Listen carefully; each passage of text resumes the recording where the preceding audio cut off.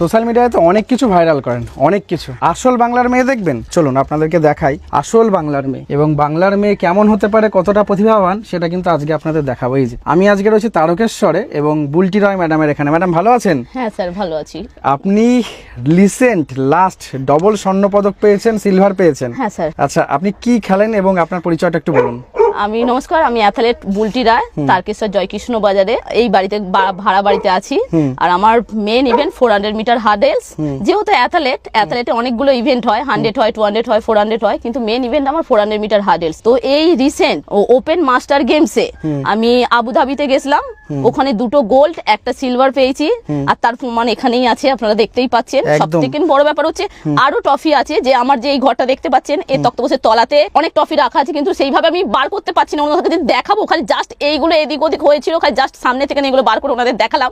ওনারা যদি বলেন যে না বার করতে হবে না, তক্তপোষের তলাতে আরো কত যে ট্রফি আছে, কত নষ্ট হয়েছে, কত ফেলে দিয়েছি, মানে আপনি এইগুলো দেখলেই বুঝতে পারবেন যে কি অবস্থায় হারে পড়ে আছে। ঘরে কোথাও যেখানে হাত দিচ্ছি সেখানে মেডেল, সেখানে ট্রফি, সম্মাননা, মানে কিছু বলা নেই। এটা কি আছে? এটাও মেডেলই। বাহ, লাস্ট যেটা আপনি আবুধাবিতে গেছিলেন সেটার মেডেল কি রয়েছে? গোল্ড, এই 2টো গোল্ড, একটা সিলভার। ওকে, একদম বাহ, অসাধারণ। মানে আমার কিছু বলার নেই। রাজ্য স্তর বা কেন্দ্রীয় স্তরে কোনো রকম সাহায্য আপনাকে করা হয়েছে? না, এখনো পর্যন্ত সেইভাবে কিছু করা হয়নি। আর দেখুন, এখনো এইখানে দেখুন, এগুলো তো আমার কিছু মানে পড়ে পড়ে যে জিনিস নষ্ট হয়ে যায়, সেইটা মানে যে রাখবো একটুখানি, সেই রাখার জায়গাটুকুন একটুখানি নেই। এটা আমার সবথেকে বড়, এটা আমার বিছানা। আর দেখতে পাচ্ছেন এটা ঘর, এই বাড়িতেই আজকে 14 বছর ভাড়া আছি। এবং এই ঘরে কতজন মিলে থাকেন আপনারা? 4 জন মিলে, ছেলে, মেয়ে, স্বামী আর আমি। ফ্যান ট্যান কিচ্ছু দেখতে পাচ্ছেন না? বাইরে ছোট টেবিল ফ্যান, হ্যাঁ ওটাতেই রান্না বান্না এখানেই চলছে। ওই তো রান্নাঘর, ওটা আমার। এই হচ্ছে কিন্তু রান্নাঘর, আর এই হচ্ছে কিন্তু ম্যাডামের ছেলে। ছেলে কোন ক্লাসে পড়ে ম্যাডাম? ছেলে 8-এ পড়ে। ছেলে 8-এ পড়ে। ছেলেও তো ভবিষ্যতে স্পোর্টস ম্যান একদম স্যার, উনি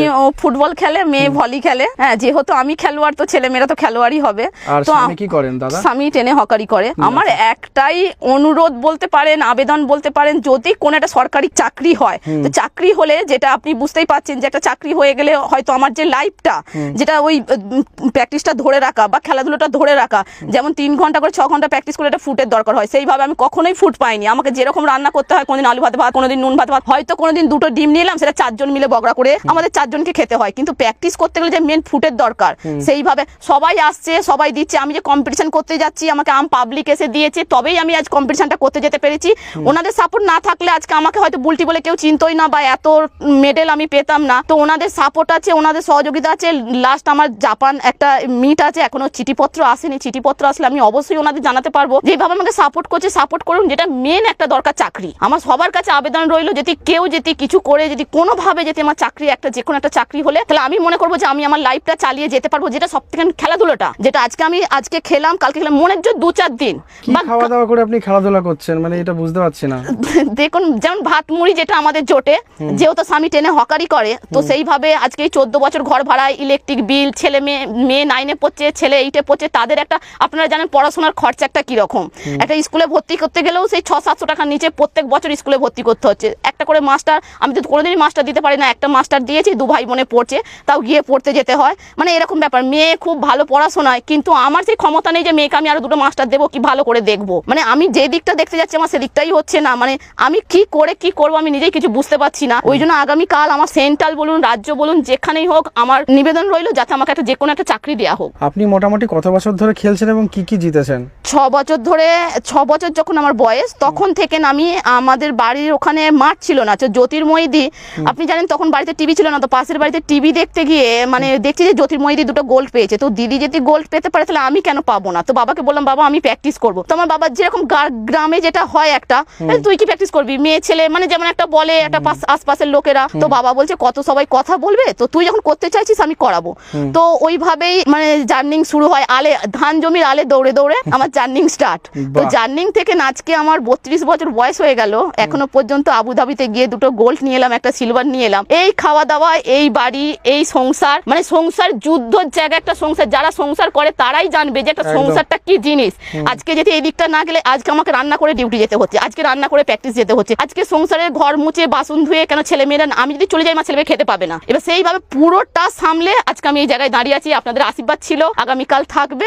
খালি আমার একটাই অনুরোধ, যদি যে কোনো একটা মানে সেন্ট্রাল হোক, একটা যদি কাজ আমার হয়ে যায়, রেলের তো অনেক চাকরি আছে, অনেক কিছু আছে, ওনারা তো পারলে আমাকে দিতেই পারে একটা, ওনারা দিলে আমার এই জায়গাটা থালায় এতটা দারিদ্রের মধ্যে আমাকে যেতে হবে না। একদম। আমি শুধু একটা কথা বলবো, এখানে সোশ্যাল মিডিয়ায় প্রচুর ভিডিও ভাইরাল হয়, আপনারা প্রচুর মানুষকে ভাইরাল করেন। আমি নাম ধরবো না, বিভিন্ন ক্যাটাগরির সস্তার বিনোদন দেয় এখন সোশ্যাল মিডিয়ায় প্রচুর মানুষজন। আমি হাত জোর করে বলছি, প্লিজ যদি প্রশাসনিক দপ্তরের কেউ দেখে থাকেন এই ভিডিওটা, কোনো রকম কোনো মন্ত্রী, রাজ্য স্তরের, কেন্দ্রীয় স্তরের কোনো রকম কোনো মন্ত্রী যারা স্পোর্টস কোটা থেকে খেলাধুলার ব্যবস্থা করতে পারেন, চাকরির ব্যবস্থা করতে পারেন, তাহলে প্লিজ বাংলার এই রকম, আপনারা যদি সত্যি বাংলার মেয়েকে এগিয়ে যেতে দেখতে চান এবং আপনারা চান যে বাংলার জন্য রোল মডেল কোনো মেয়ে হবে, তাহলে এইরকম দিদিকে কিন্তু আপনারা একটা চাকরি দেন বা কিছু ব্যবস্থা করে দেন যে জায়গাটা থেকে তিনি মুখ তুলে বাঁচতে পারে এবং আরো 5 জন মেয়ে এইটা দেখে ইন্সপায়ার হয় যে হ্যাঁ, খেলাধুলা করো বা লাইফে কিছু করো, এগোনো যায়, বড় কিছু করা যায় এবং সেখান থেকে সরকারের সাপোর্ট পাওয়া যায়। আজকে আমরা কন্যাশ্রী পাই, রূপশ্রী পাই, বিভিন্ন রকম ভাতা পাই। আমি কোনো জিনিসকে কোনোভাবে আলোচনা সমালোচনার মধ্যে নিয়ে যাচ্ছি না, সবকিছু তো জনগণের স্বার্থে সাহায্যের জন্য। প্লিজ এই রকম জিনিসকেও আপনারা সাপোর্ট করুন, সাহায্য করুন। আর আমার মতন যারা সাধারণ মানুষ আছেন, দর্শক আছেন, তারা এই ভিডিওটাকে যতটা পারবেন শেয়ার করবেন, বিভিন্ন কলকাতা পুলিশ বলুন, ওয়েস্ট বেঙ্গলের স্পোর্টস অথরিটি বলুন, ট্যাগ করার চেষ্টা করবেন। দেখবেন যাতে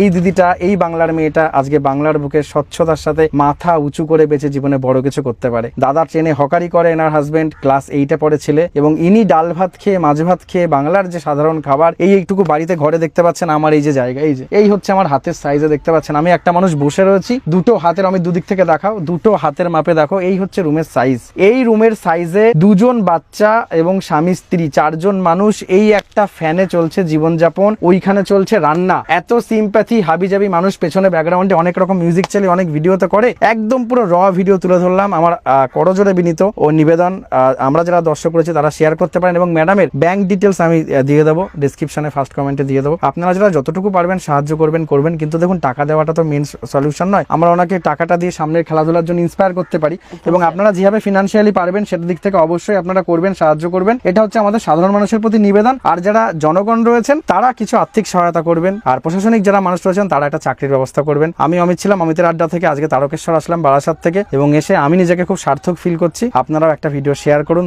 লাইক করুন এবং চেষ্টা করুন ভিডিওটা বাংলার অলিতে গলিতে ছড়িয়ে যাক। নমস্কার।